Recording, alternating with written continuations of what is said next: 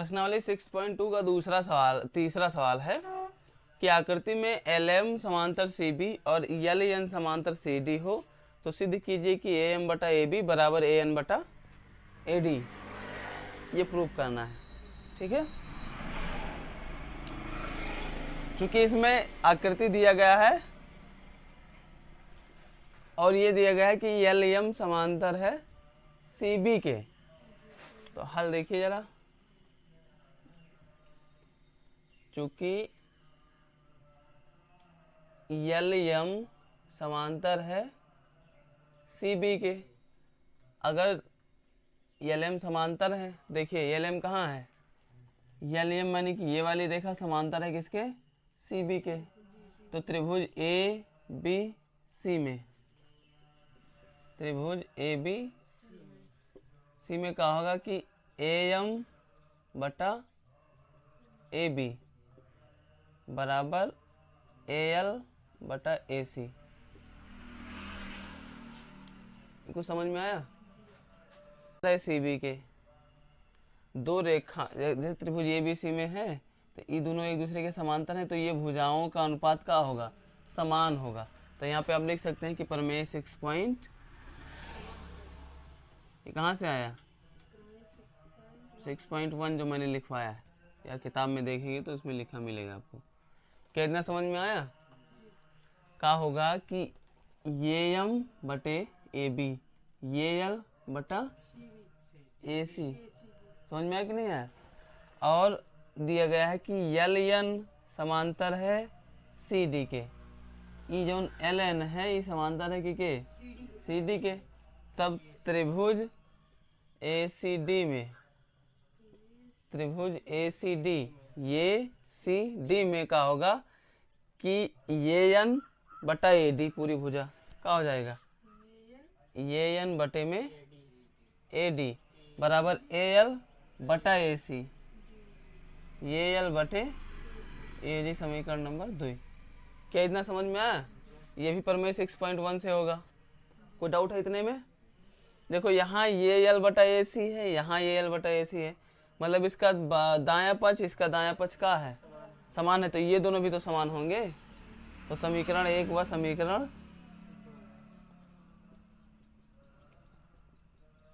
समीकरण 1 व समीकरण 2 से क्या हो जाएगा, जब दायां पक्ष बराबर है तो बायां पक्ष बराबर होगा। तो ये M बटा बराबर AN बटा AD, और हमें यही सिद्ध करना था। प्रूव्ड हो गया। समझ में आया इतना? बोलो तो नोट करो।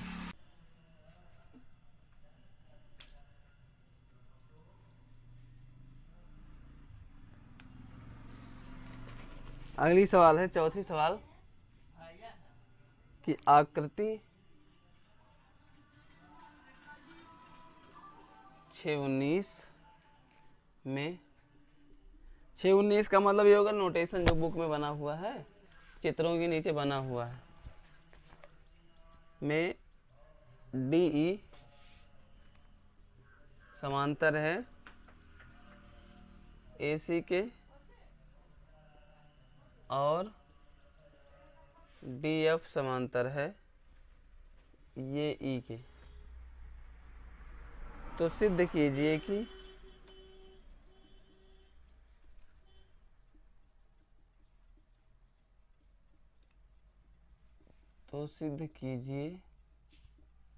कि BF बटा FE, BF बटा FE बराबर BE बटा EC। इतना हमें सिद्ध करना है। चित्र में क्या बना हुआ है देखिए,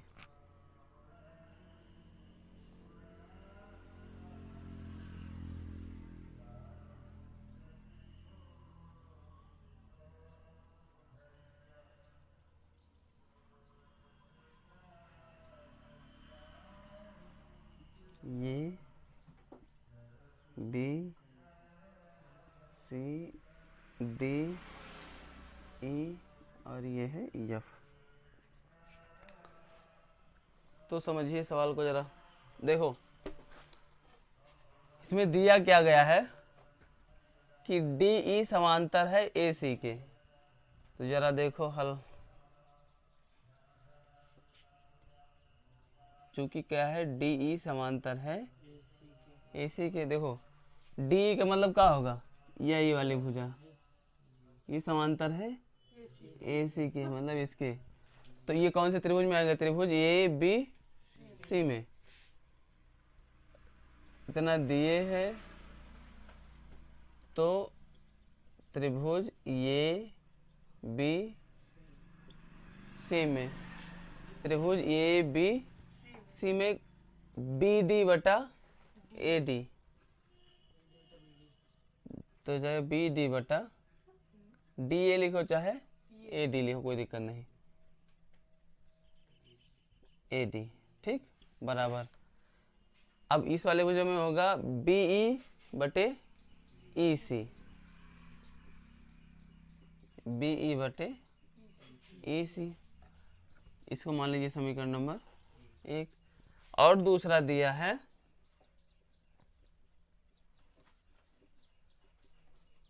डी एफ समांतर है ये ई के।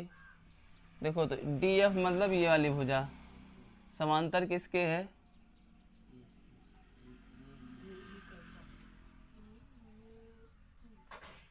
ये भुजा थोड़ी भूल गए थे, नहीं बना, ये इसके समांतर, ये ई के, ठीक है। डी डी एफ यानी कि ये वाली भुजा समांतर है ये ई के। तो त्रिभुज ये बी ई में, त्रिभुज ये बी का होगा कि बी डी बटा ए डी, क्योंकि ये वाली भुजा तो है ना ये वाले, इस वाले त्रिभुज में, तो बी डी बटा ए डी बराबर बी एफ बटा एफ ई, बी एफ बटा एफ ई, इसको मानो समीकरण नंबर।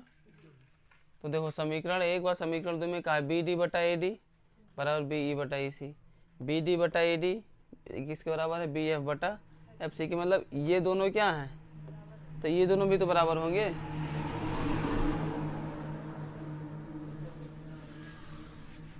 समीकरण 1 व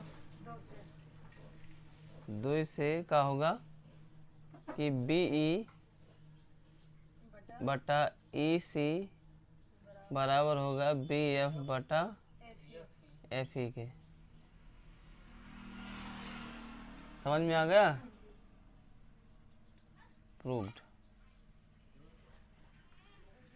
नहीं होता है,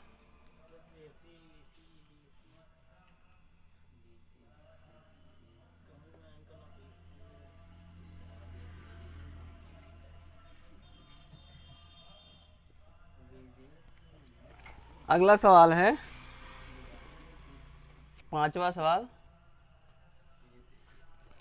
आकृति 6:20 में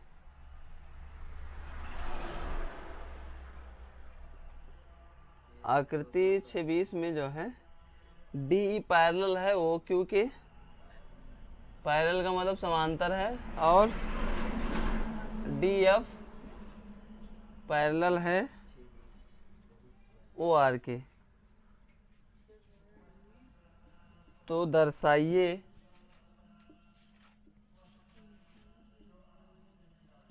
कि ई एफ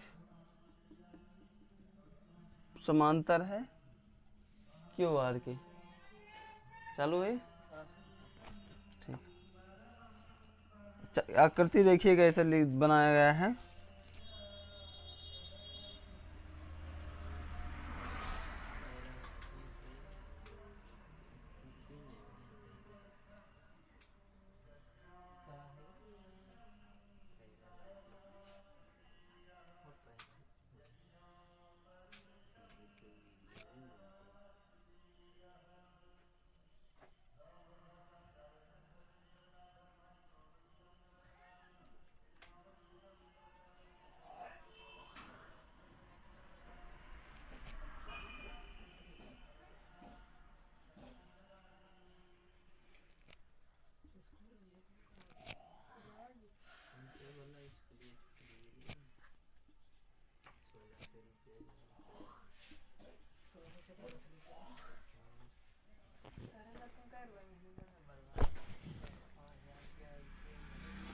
देखिए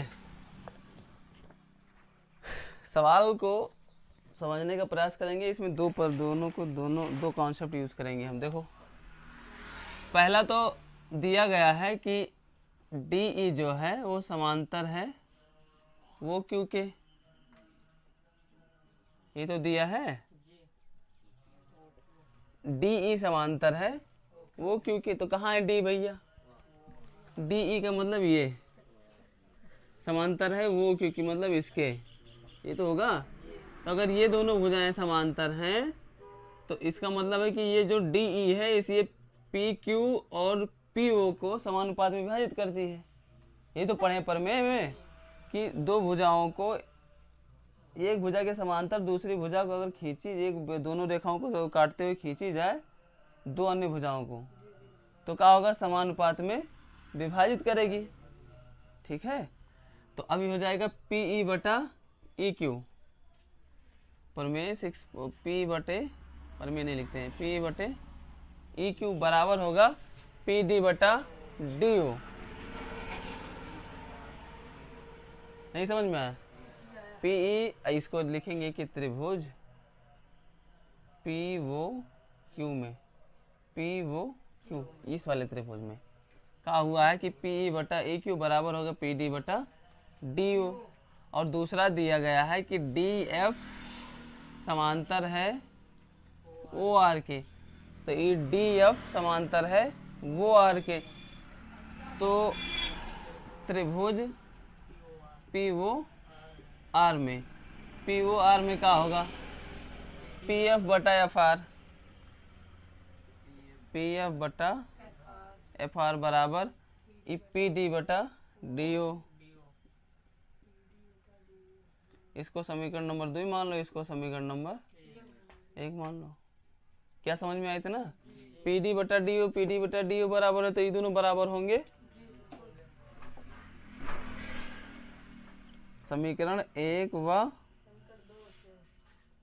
2 से क्या होगा कि पी ई बटा ई क्यू बराबर होगा पी एफ बटा, काहे बराबर होगा? काहे से इसका आर एच एस बराबर है दोनों का, तो इसको हम कोई समीकरण और नाम देते हैं, मान लो समीकरण नंबर इसको हम 3 दे दिया नाम। अब थोड़ा सा दिमाग लगा के ये सोचो कि पी ई बटा ई क्यू कहाँ है? पी ई बटे ई क्यू और क्या है? पी एफ बटा एफ आर, पी एफ बटा एफ आर। तो अब ये दोनों भुजाएं समानुपात में है। मैंने एक प्रमेय पढ़ाया था 6.2 करके कि अगर कोई त्रिभुज हो, त्रिभुज को दो अन्य बिंदुओं, दो भुजाओं को भिन्न भिन्न बिंदुओं पर प्रतिच्छेद करने वाली कोई रेखा खंड खींच दिया जाए जो इन दोनों भुजाओं को क्या करे? समानुपात में विभाजित करे। किसमें?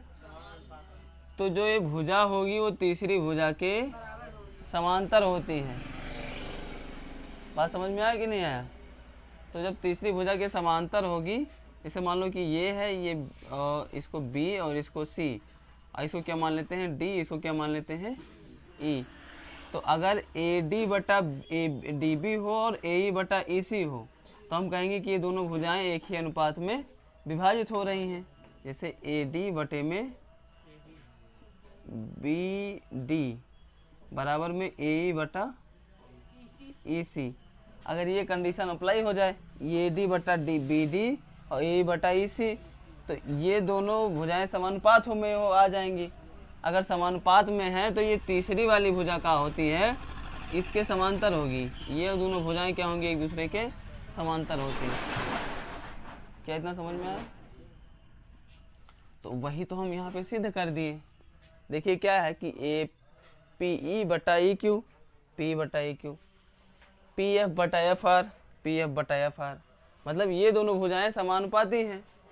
तब 6.2 से क्या होगा? ये जो ई एफ होगा वो समांतर होगा क्यू आर के। नहीं समझ में आया? तब प्रमेय 6.2 से E F parallel Q R बराबर नहीं होता है बच्चा लोग, समांतर होता है। ये क्या है? समांतर, बराबर ऐसे लगाते हैं, नहीं पता तो समझ में आया सवाल? नोट।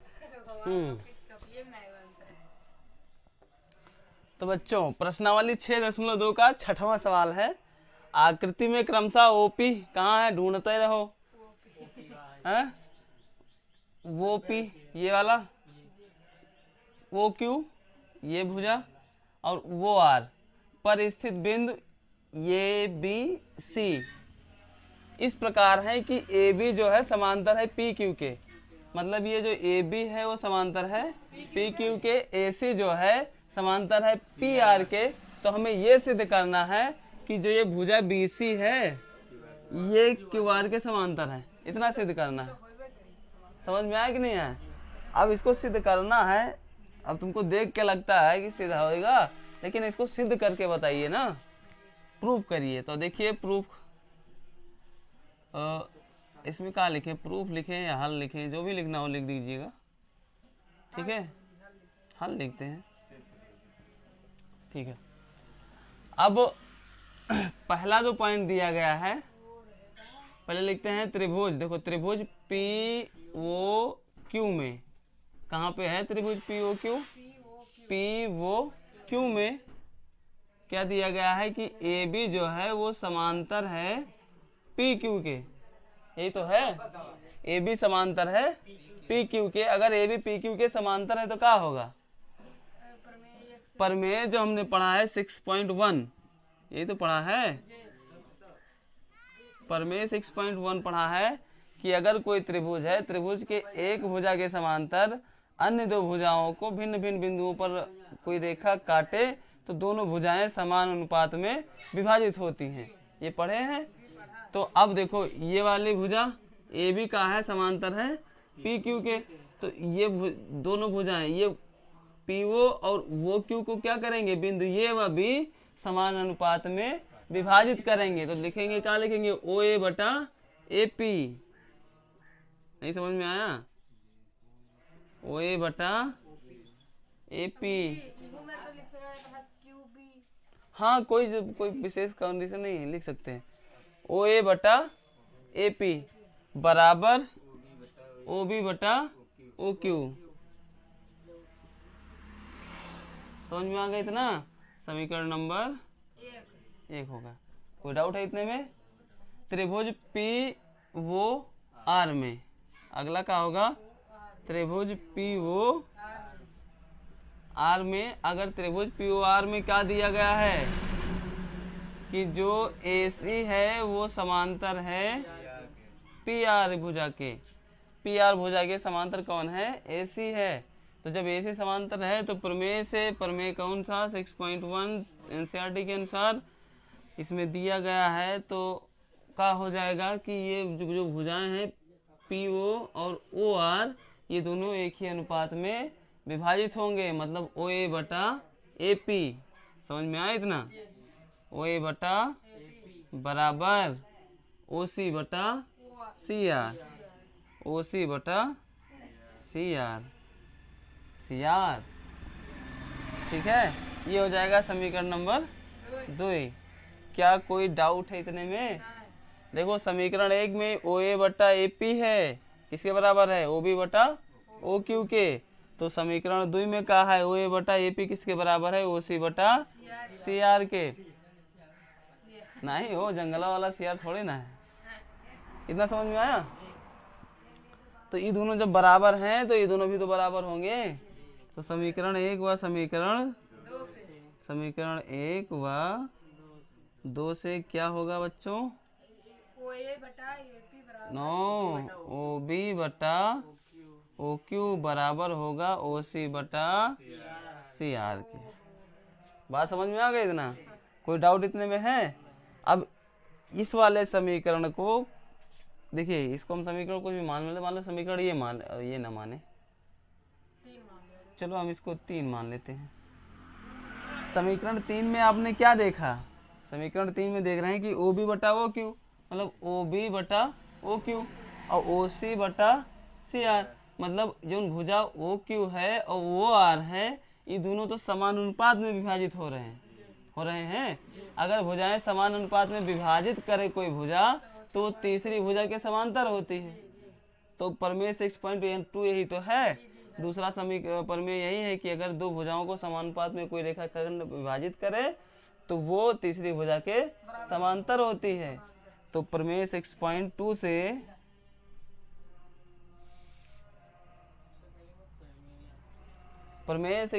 से क्या होगा कि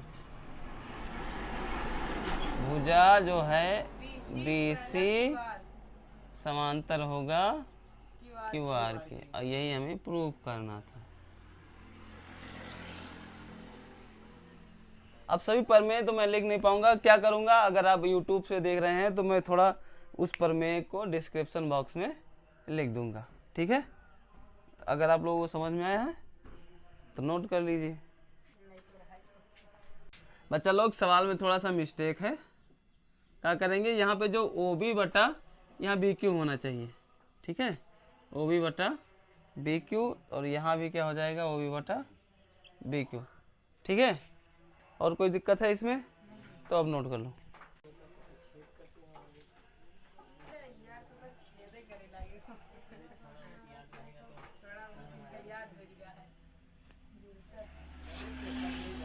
जो 7वीं सवाल है,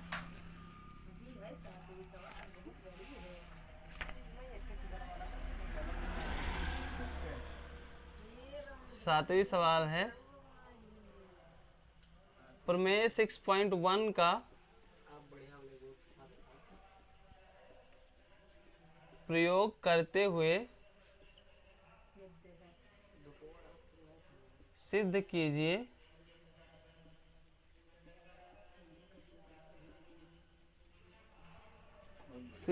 कि एक त्रिभुज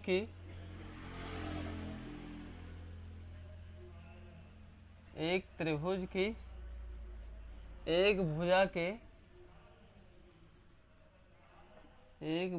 के मध्य बिंदु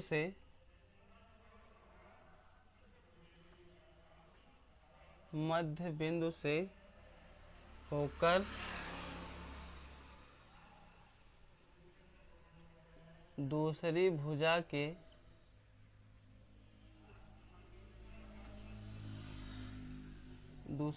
के समांतर खींची गई रेखा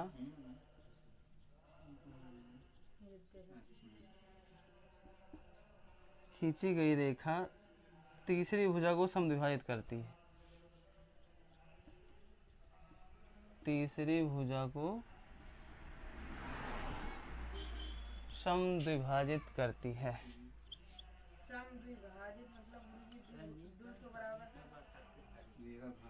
समद्विभाजित करती है, ठीक है बच्चों लोग, ये है आपकी सवाल।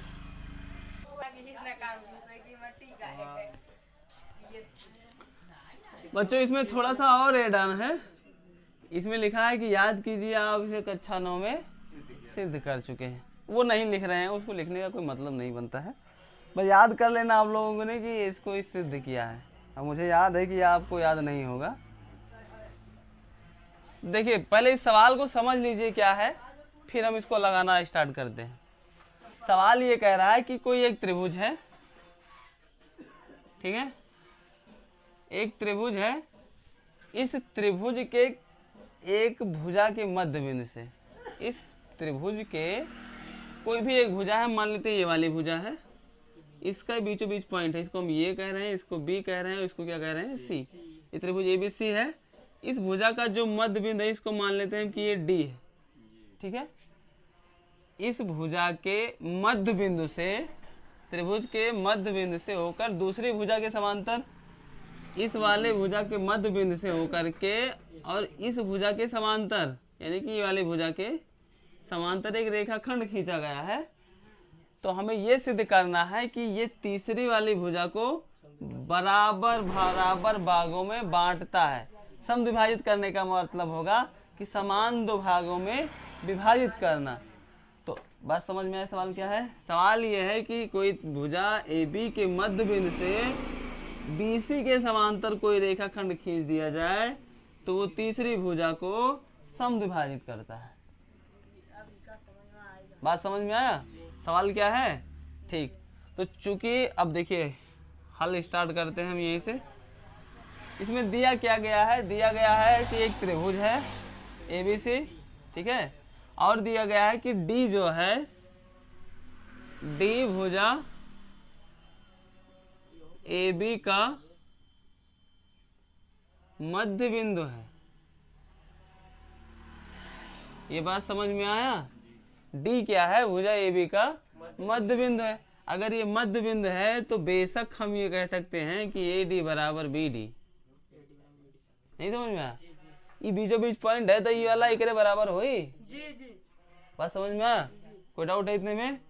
और दिया गया है कि जो इसको मान ले DE, इसको D मान लेते हैं। क्या दिक्कत है? कोई दिक्कत है? जो DE है वो समांतर है BC के, क्योंकि ये दूसरी भुजा के समांतर है, मतलब इस वाली भुजा के समांतर है। क्या इतना समझ में आया? सिद्ध क्या करना है?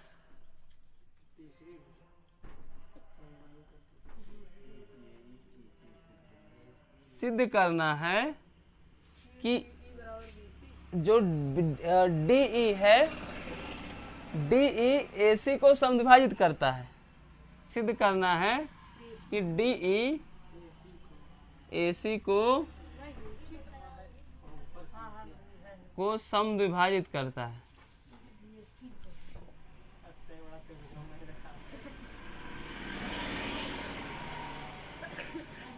बच्चा लोग समझ में आया? अगर समद्विभाजित करने का मतलब क्या होता है? समान द्विभागों में बांट रहा है ना, मतलब अगर हम ये सिद्ध कर दें कि AE जो है बराबर है EC के, नहीं समझ में आया? ये बराबर है EC के, मतलब ये समद्विभाजित करता है। अर्थात जो विभाजित करने का मतलब है उसको हम ऐसे सिद्ध करेंगे कि AE बराबर EC, इतना सिद्ध करना है। ठीक है बच्चों? तो देखो हल मैं कैसे हल करता हूँ, ठीक है? तो त्रिभुज ABC में क्या है कि BC जो है समांतर है DE के। कोई डाउट है? कैसे सवालिया में दी है? तो हम प्रमेय यूज कर रहे हैं 6.1। प्रमेय 6.1 क्या कहती है कि यदि कोई त्रिभुज की एक भुजा के समांतर अन्य दो भुजाओं को अलग अलग बिंदुओं पर काटने वाली एक रेखाखंड खींची जाए तो दोनों भुजाओं को समान अनुपात में विभाजित करती है। तो ये इसके समांतर है, अलग अलग बिंदुओं पर काटती है, तो क्या करेगा? ये दोनों भुजा को D जो है एक ही अनुपात में विभाजित करेगी। ठीक है? मतलब क्या होगा कि जो AD है वो BD बटे AD बटे BD बराबर होगा AE बटे EC के। क्या समझ में आया इतना? ठीक है, तो अब समझो, चूंकि क्या दिया गया है सवालिया में, पहले वही दिया गया है कि AD बराबर है BD के, मतलब चाहे AD के जगह पे हम BD रखी, चाहे BD के जगह पे AD रखी, तो क्या रख दी? तो AD ऐसे लिखते हैं और बटे में BD के जगह क्या लिख दें? AD लिखते हैं। नहीं समझ में आया? नहीं समझे? अरे AD बराबर BD के, तो ये इनके बराबर है, तो जहाँ इनका लिखो तो इनका नहीं लिख सकते हो, और जहाँ इनका जगह इनका लिख दो। कैसे? दोनों मिला बराबर है। तो इधर का हो जाएगा AE बटा EC, तो AD से AD, तो इधर का बची एक बचेगा, और इधर का बचेगा AE बटे EC। कैसी गुणा आता है? Cross multiply. EC का गुणा 1 से करो, EC का गुणा 1 से, केहू का गुणा अगर 1 से हुई तो क्या हुई? वही मिलेगा। तो इस AC हो जाएगा यहाँ पे AC बराबर AE। बात समझ में आया? मतलब EC बराबर है E के। इसका मतलब क्या समझते हो? कि DE AC को समद्विभाजित करता है। बात समझ में आया? DE AC को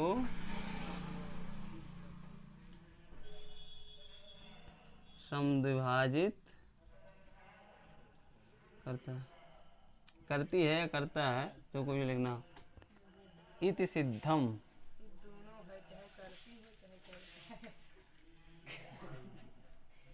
इस प्रकार से सिद्ध होता है। अरे प्रूव लिखो जाता है।